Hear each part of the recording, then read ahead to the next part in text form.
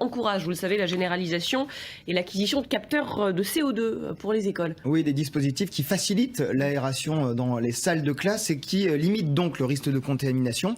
Mais ces capteurs sont assez chers et de nombreuses communes auront bien du mal à équiper leurs écoles avant la rentrée la semaine prochaine. Arthur Jean, Camille Baron avec Irène Foudaro. Dans cette petite boîte blanche se cache un capteur de CO2. Des appareils comme celui-ci, cette école parisienne en compte un par classe.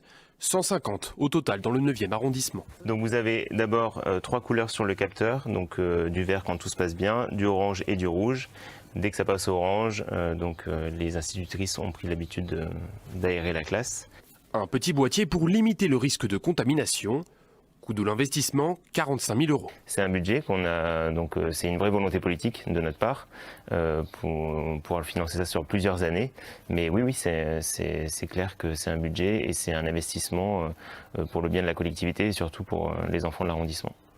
Chez ce fabricant, la demande de capteurs de CO2 a explosé malgré une prise de conscience tardive.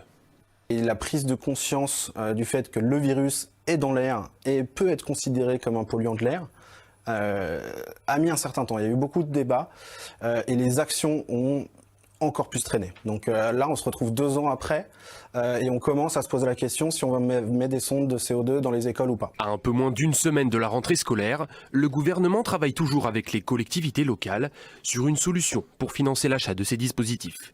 Priorité pour l'instant à l'ouverture des fenêtres pour aérer.